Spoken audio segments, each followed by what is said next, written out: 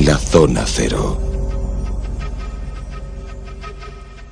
Entramos en nuestros monográficos Zona Cero con uno de esos casos espectaculares que llamaron o conmovieron a la opinión pública, por lo menos australiana, anglosajona por ende, pero hoy os vamos a traer aquí, a la antena de Onda Cero, el caso de Hanging Rock, el caso de la piedra colgada. Es uno de esos casos típicos en la historia de los enigmas australianos, y ya veréis qué curioso resulta, porque bien pudiera parecer una novela de Agatha Christie por las circunstancias, por los elementos que entraron en juego. Estamos hablando del 14 de febrero de 1900, fecha en la que un grupo de estudiantes de un colegio de Melbourne se fueron a una zona de picnic muy popular, la mencionada Hanging Rock, y allí pues estuvieron felices hasta que un número de ellas desapareció de forma misteriosa, y hasta hoy. Han pasado más de 100 años y aún nadie sabe explicar qué ocurrió en aquel lugar, Hanging Rock, con la desaparición de estas chicas y una de sus profesoras. Un caso, ya digo, muy popular en Australia, pero no tanto aquí en España. Y por eso, aquí están mis queridos Jesús Callejo y Carlos Canales, que vienen hechos unos pipiolos. Jesús Callejo, ¿qué tal? Buenas noches. Muy buenas noches. Pero bueno, si vienes de picnic y ¿Sí? vienes vestido pues a la usanza de 1900, con tus pololos, con... Sí. De Boy Scout. Fíjate qué calcetines tengo. Es verdad. A rayas. Diríase que eres un lugarteniente de Baden-Powell ahora mismo. Sí, sí.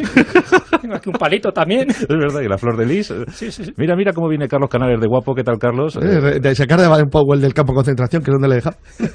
Está ahí metido en la guerra de los Boers, el pobre, y no había fundado todavía los Boy Scouts. Es que... Por eso Jesús parece más Tintín. Sí. La verdad es que vienen ad hoc. Y eso además, has visto nuestros sombreros con tipo de exprimidor de limón. Es verdad. Y venís además con el elemento cipayo también, para ayudar. Tenemos aquí un lacayo. Sí. Siempre viene niño un filipino. Bueno, vamos a hablar de Hanging Rock, que ya decía que para los australianos esto es muy conocido, ¿verdad? Sí. Pero para nosotros los españoles no tanto. Es el caso Hanging Rock, con 3 desapariciones al menos, ¿no? 3 desapariciones que todavía, al día de hoy, se siguen sin resolver. Sí, es un caso, como tú bien decías, clásico dentro de lo que son las desapariciones misteriosas, pero no demasiado conocido en España, entre otras cosas porque se dio a conocer con una novela que se publicó en el año 67, escrita por Joan Lindsay, pero esa novela no se ha traducido nunca al castellano. Luego se hizo una película en el año 75 por Peter Weir, que se titula así precisamente, Picnic en Hanging Rock. Entonces, bueno, esa película posiblemente algún oyente ya la haya visto, la puede alquilar en un videoclub, y esto le puede poner un poco sobre la pista de lo que vamos a contar esta noche. Pero siempre desde el punto de vista de la versión oficial. Luego, al final, contaremos un poco la impresión nuestra, las incongruencias que hay en la historia, porque la película, lo comento ahora, se basa en la novela. Pero la novela, como tal novela, se basa en hechos reales, pero también hay parte de fantasía. Pues digo que ahora nos vamos a tener un poco, como si fuera un buen guión de Agatha Christie, al recorrido, a las pautas, a las secuencias oficiales que sabemos de esta historia. Sí, muy bien. Pues entonces empecemos eso con la versión oficial. Carlos... Yo lo que pediría es una cosa a los oyentes, y es que estén muy atentos a los nombres. Vamos esta vez a traducir los nombres al castellano, porque tanto los nombres de los lugares, como incluso los nombres y profesiones de las personas que intervienen, creo que son muy significativos y merece la pena, por lo menos que se les preste una cierta atención, porque tienen algo que ver, como por lo menos es mi teoría, con la resolución del enigma. Los hechos sucedieron el 14 de febrero, es versión oficial. Versión oficial, 14 de febrero de 1900. El último día del siglo XIX y el día de San Valentín. El día de San Valentín. Aquí tenemos a un grupo de mozas que vienen del colegio, dispuestas a pasar un día estupendo, comiéndose el filete empanado, la manzana, la tortilla de patata no, porque no había llegado a Australia por entonces. No, y el bocadillo de mortadela creo que tampoco. Pero el bocadillo de mortadela no dejaban ni entrar siquiera. Eso sí, iban muy bien escoltadas por sus 2 preceptoras, ¿no? Exactamente, estamos hablando de un grupo de 19 chicas, entre 13 y 17 años, con 2 profesoras, una de francés, otra de matemáticas. La de francés, bueno, pues de Diana de Poitiers, lo cual tiene un nombre bastante significativo dentro de toda la historia de esta trama. Se llamaba como la famosa cortesana francesa. Es como estar al lado de Juan en estos casos, ya te da gusto. Y la otra, la de matemáticas, estamos hablando de una solterona de Diana. Muy guapa, Diana de Poitiers. Sí, Diana de Poitiers, además. Esta era profesora de francés y danza. Ajá. Sí, y después estaba la otra, que era esta solterona escocesa, que era profesora de matemáticas, y su nombre era Greta McCraw. Sí. Y el único chico que había era el conductor. Es terrible que una profesora de matemáticas se llame Greta, ¿verdad? Sí, Invita al pesimismo, ¿no? El conductor, porque fíjate, iba en un coche alquilado, ¿eh? Y era un coche 1900. 1900, que debía ser el primer autobús, ¿no? El primer pues, minibús más o menos, de una Melbourne, especie de sí. minibús, porque estamos hablando de eso, de unas 23 personas que Claro. tenían que ir ahí, para que recorrieran la distancia de 7 kilómetros que separaba el pueblo de Budden, cerca Budden, el final del bosque. Claro, el final del bosque. Parece un cuento Curioso real. el nombre. Sí, un nombre Sí, de por eso digo que es cuentas. importante este tipo de precisiones. Ya digo, cerca de Melbourne hasta el lugar del picnic, el lugar del camping, donde por otra parte pues era como un cierto lugar conocido, transitado por bastantes personas, entre ellos por otro grupo, porque estamos hablando de este grupo de chicas, pero a su vez al otro lado de un riachuelo se encontraba otro grupo de 4 personas. Que este Carlos grupo nos de 4 dirá. personas también es muy significativo, porque está formado por un coronel que se llama Fitzhubbard, que acaba de llegar de la India, se había instalado allí para tener un clima más suave, Sí. su mujer, su sobrino, el honorable Michael Fitzhubbard, que acaba de llegar de Inglaterra de visita, y un lacayo de nombre Albert Crundle. La verdad es que en estas historias victorianas siempre hay un coronel de la India, ¿eh? Siempre un coronel de la India. Claro. Atención, porque es curioso, primero hay que definir el lugar. Es un pequeño riachuelito, una zona de camping, perfecto para hacer un picnic, a los pies de una gigantesca formación rocosa, muy grande, Sí. muy llamativa, de unos 150 metros por encima de una enorme llanura, llamada precisamente así, Hanging Rock, es decir, roca colgada. Colgada. La verdad es que el lugar entorno es... nada enigmático, muy popular entre los habitantes de Melbourne, ¿no? Sí, era en un lugar enigmático, lo veremos por qué, pero muy popular, sí. Ah, Es conocido y en un conocido, sitio, y la gente va. vamos, y cercano a Sí, la sí. ciudad, no era un lugar terriblemente remoto, porque no, o sea, no se habían ido al centro Australia. O sea, las Que chicas- no, las vamos, que chicas- no estaban en Ayers Rock, Las estaban en un chicas sitio... no fueron rumbo a la bruma, ¿no? No, efectivamente, no. Aparte de bruma había poca allí. Ya poca. Bueno, pues las tenemos aquí ya tomando su almuerzo y Exactamente. disfrutando de la jornada. Llegan allí antes del mediodía, comen un poco todas las viandas que habían llevado y una vez que han comido, pues bueno, se echan la siesta, tienen una especie de tertulia, hasta que a las 3 de la tarde 3 chicas piden permiso a Diana de Poitiers, a nuestra profesora de música y de danza, le piden explorar la zona, le piden permiso porque bueno, están un poco aburridas y quieren recorrer la zona de Hanging Rocks. Estamos hablando de Irma, de Marion y de Miranda. Estas son las 3 niñas, las 3 con 17 años, que piden este permiso y se les da el permiso porque se consideran que son chicas responsables y bueno, que no hay ningún peligro Sí, por la eran zona. Por cierto, las mayores del grupo. fijaros ¿no? Las que mayores Jesús, del grupo, sí. Fijaros que se fijen los oyentes que Jesús ha citado una hora estimativa, porque durante la conversación se dan cuenta que Ben Hassey y también Miss McCrow tienen los relojes parados. Se han parado. Se han parado al mismo tiempo. O sea, un reloj en cada grupo. No, en el mismo grupo. Ah, en el Ben mismo Hassey grupo. es el conductor. Ah, el conductor. El conductor y Miss McCrow tienen el reloj parado. Y lo tienen Las parado niñas- a la hora del mediodía, Exacto. que más o menos es a la hora que ellos llegan Eso a la es. roca. Y Sí, las sí. niñas reciben el permiso a pedir. Pero se les suma una niña más pequeñita de 14 años que se llama Edith. Entonces, ya son 4. Y ese grupito se adentra en Hanging Rock. Ujú. Muy bien, hasta ahí todo normal. Sobre las 3:30, entre que se despiden, entre que se une la niña esta pequeña de 14 años, sobre las 3:30 se les pierde de vista a las 4 chicas. Se sabe que se cruzan con el otro grupo, el que está cercano, al otro lado del riachuelo, y sobre todo con los 2 jóvenes de ese grupo, que es Michael y Albert. Y se sabe también que las piropean. Bueno, son 2 chicos jóvenes, ven Normal. a 4 chicas jóvenes, pues bueno, les piropean, incluso dicen que Michael en algún momento se levanta y las persigue un poquito, ¿no? Yo creo que para asustarlas. Bueno, pero Poco eso, más. sí. Lo normal hasta este momento, El ¿no? ímpetu, la insolencia de la juventud. Que... Claro, pasa una hora más y sobre las 4:30, bueno, pues ya el grupo de las señoritas se quieren reunir. Sin prisa, pero sin pausa, pero quieren empezar ya a buscar a la gente, los que están un poco dispersos y los que estaban más dispersos, en concreto eran estas 4 niñas. Pero ahí se dan cuenta de una cosa, que falta otra persona, falta la Rottermeier, falta la profesora de matemáticas, Greta. falta Greta McCraw. Con lo cual le sorprende, pero piensan, dice, bueno, pues se ha adelantado para buscar a estas niñas, para volver otra vez un poco al redil a todos los que estén por ahí paseando O sea que y largarse. en torno a las 5 de la tarde tenemos 5 desaparecidas. Exactamente, de ese a grupo. las 5 de la tarde hay 5 personas, 5 mujeres que no aparecen por ninguna parte. Entonces ya se empiezan a Claro, preocupar. tanto Mansual de Poitiers como la propia directora se preocupan. Se preocupan porque del enfado que tenían inicialmente por la falta de responsabilidad de las chicas pasa a una cierta alarma. Ordenan que las niñas, el resto de las niñas, se agrupen de 2 en 2 y que hagan un pequeño recorrido para ver si encuentran algo.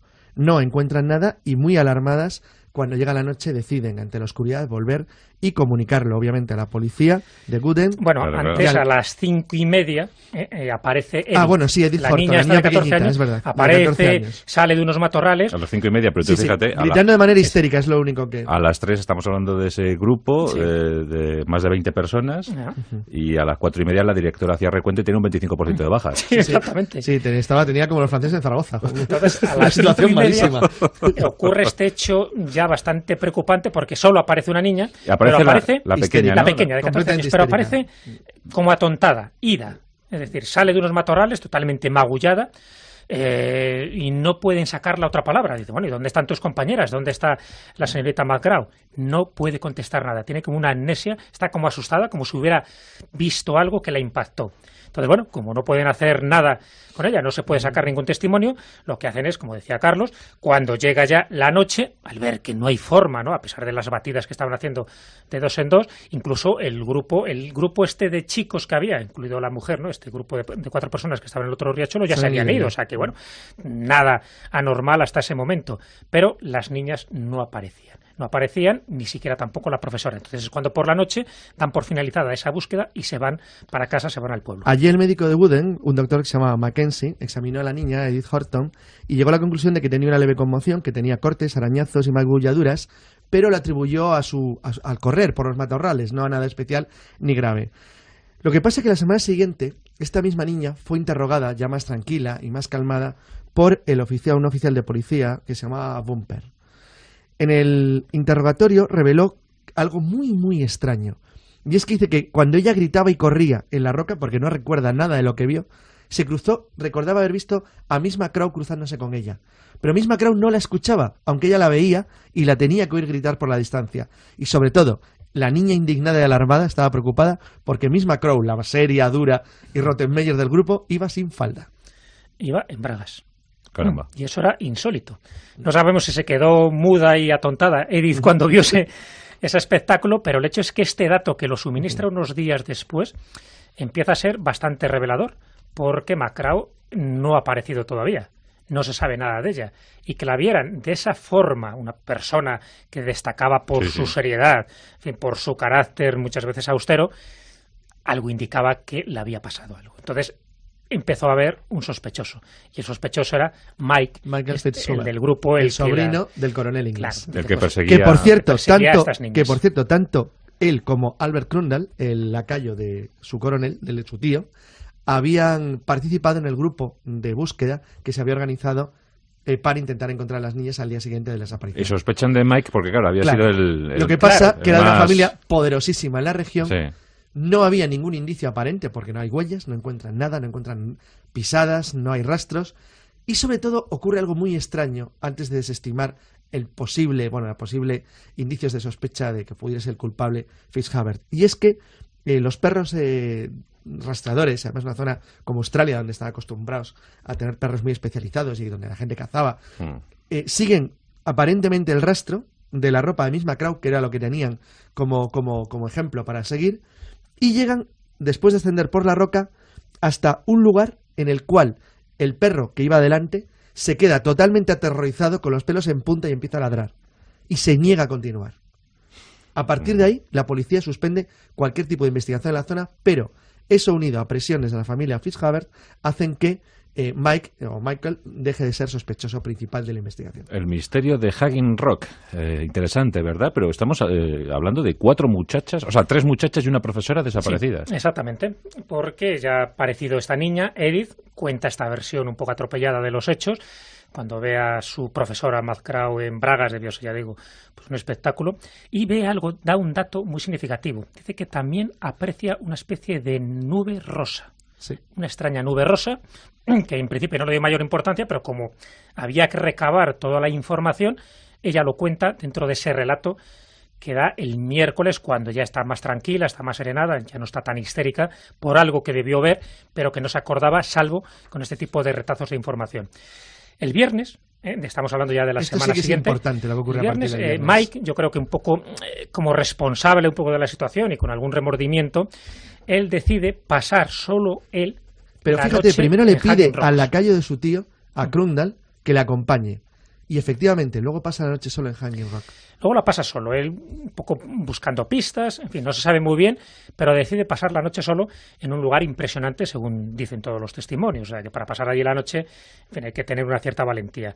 Bueno, el hecho es que al día siguiente, cuando vuelve otra vez el grupo, ¿no?, para seguir rastreando, a ver si pueden encontrar a estas niñas, le encuentran a Mike, estaba inconsciente, con insolación y con el tobillo roto. Y además, con algo muy significativo, una nota escrita que se encuentra en su bolsillo, porque tampoco sabe hilvanar muy bien lo que le ha pasado en toda esa noche, una nota escrita en la que había escrito que algo había encontrado a lo largo de esa noche, pero de una letra muy apresurada, es decir, como si lo hubiera escrito deprisa y corriendo, prácticamente no se le entendía la letra y él tampoco podía dar una explicación de lo que había podido escribir. Fíjate curioso ahí, cómo van perdiendo la memoria encontrado. todos los que se acercan o se aproximan de alguna manera a algún tipo de conclusión. Hay una especie de amnesia general. Por cierto, el domingo, cuando continúa la investigación de esa misma semana, hay una enorme sorpresa. Y es que encuentran a Irma Leopold, una de las niñas desaparecidas. ¿Y la encuentran viva? Sí, estaba inconsciente, tenía varios golpes y pequeños cortes en la cabeza y las uñas de sus manos completamente rotas. Por lo demás, ¿cuántos y después, días habían una semana transcurrido? entera. Una semana entera la encuentran bien. En el bosque, perfectamente bien. Perfectamente bien. Solamente le faltaba, sorprendentemente, el corsé, pero no tenía ningún rastro de abuso sexual. No recordaba absolutamente nada. Una semana semana. al final del bosque. Con lo cual ya tenemos a otra persona que aparece, a esta niña de 17 años. Y no sabe dar explicación. No sabe dar explicaciones, con amnesia. Realmente ese es el final de la historia. Claro. Salvo un pequeño epílogo terrible. Consecuencias hasta ahora de lo que estamos viendo, ¿no? Primero, que desaparecen y hasta el momento siguen sin encontrarse. Miranda, a Marion y a la señorita McCraw, que nunca volvieron a aparecer, ni vivas ni muertas. Que las alumnas del colegio de Appleyard fueron cambiadas de colegio y el colegio clausurado, es decir, cogió tan mala fama que al final se vio obligada la directora de este colegio a cerrar y llevarlas a estas terrible alumnas epílogo, a otro lugar. Y es que Mistress Appleyard, la fundadora del colegio, se fue a Hanging Rock unos meses después y una vez que subió, allí mismo se tiró por un precipicio. Se tiró por un precipicio. Todo indica de que se suicidó. La directora del colegio. Que no estaba en el picnic el día de San Valentín. Sí, pero tendría un terrible cargo de conciencia. Exactamente, eso es lo que se interpretaría. Bueno. Y aquí entraría. O sea, se fue a ese lugar para poner punto y final a su vida. Sí, fue unos meses después, no fue a los pocos días, pero el hecho que se la encontrara allí muerta debajo de un acantilado. Bueno, si fue la ruina del colegio, ¿verdad? El claro, suceso, exactamente. Pues, La conclusión oficial de las autoridades australianas fue la siguiente, o sea, la digo porque para ir concluyendo y pasar a lo que luego hemos visto nosotros, ya una investigación más precisa. Es tan sencillo como que las chicas se perdieron o murieron en alguna roca donde quedaron abandonadas y nunca han sido sus cuerpos.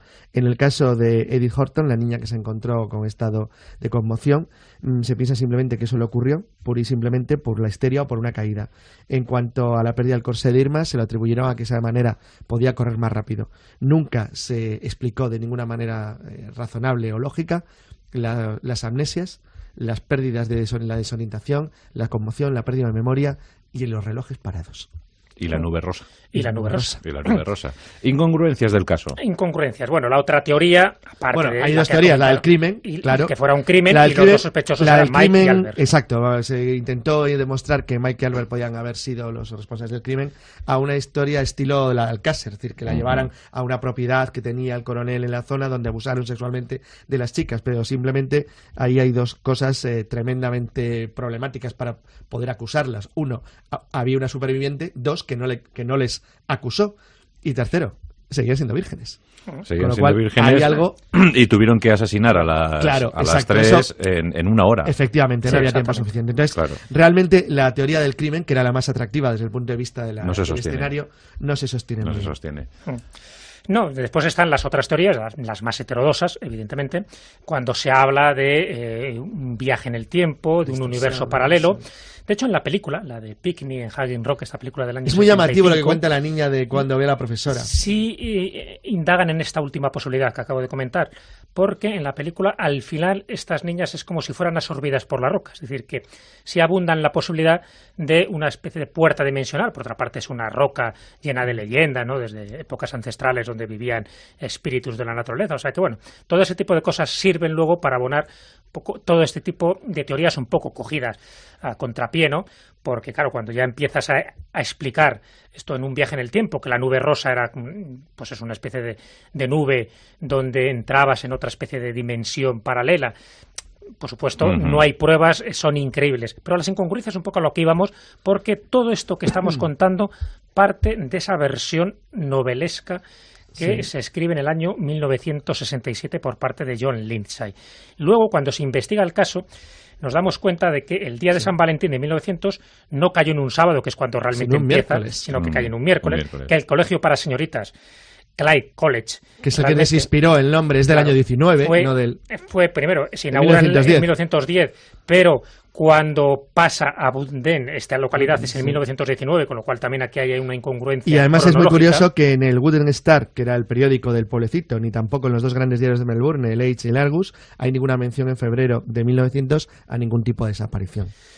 Lo que queremos decir con esto... No se menciona en la prensa Lo que queremos decir con esto es que parece ocultar una historia real, como dijo siempre y sigue manifestando John Lindsay, pero no hay pruebas concluyentes que determinen que Hanging Rock no es un modelo perfecto de leyenda urbana moderna. Claro, una leyenda urbana. Exactamente, esa es un poco la conclusión. Claro. Final, Qué bueno. Todo indica de que sí hay elementos... Aquí hemos mantenido una tensión. Qué bueno. Hay elementos muy lógicos, muy comprensibles, que se les puede seguir la pista, pero al final todo se va deshaciendo poco a poco en una neblina rosa, ¿no? No, claro, fíjate, la fundación del colegio es 10 años después. Claro. Y además se copió de un colegio que se llama Clyde College. Entonces, bueno, creemos no hay realmente... mención en la prensa local cuando es un hecho en Melbourne del 1900, fíjate. Claro, y eso es fácil de localizar. Claro. De verdad que Jesús y yo hemos pensado que se trata del modelo perfecto de lo que está ocurriendo con Internet, con las nuevas comunicaciones y con la difusión de las obras y de las ideas sin revisar las fuentes originales. Bueno, pues fenomenal. Habéis estado cumbre, ¿eh?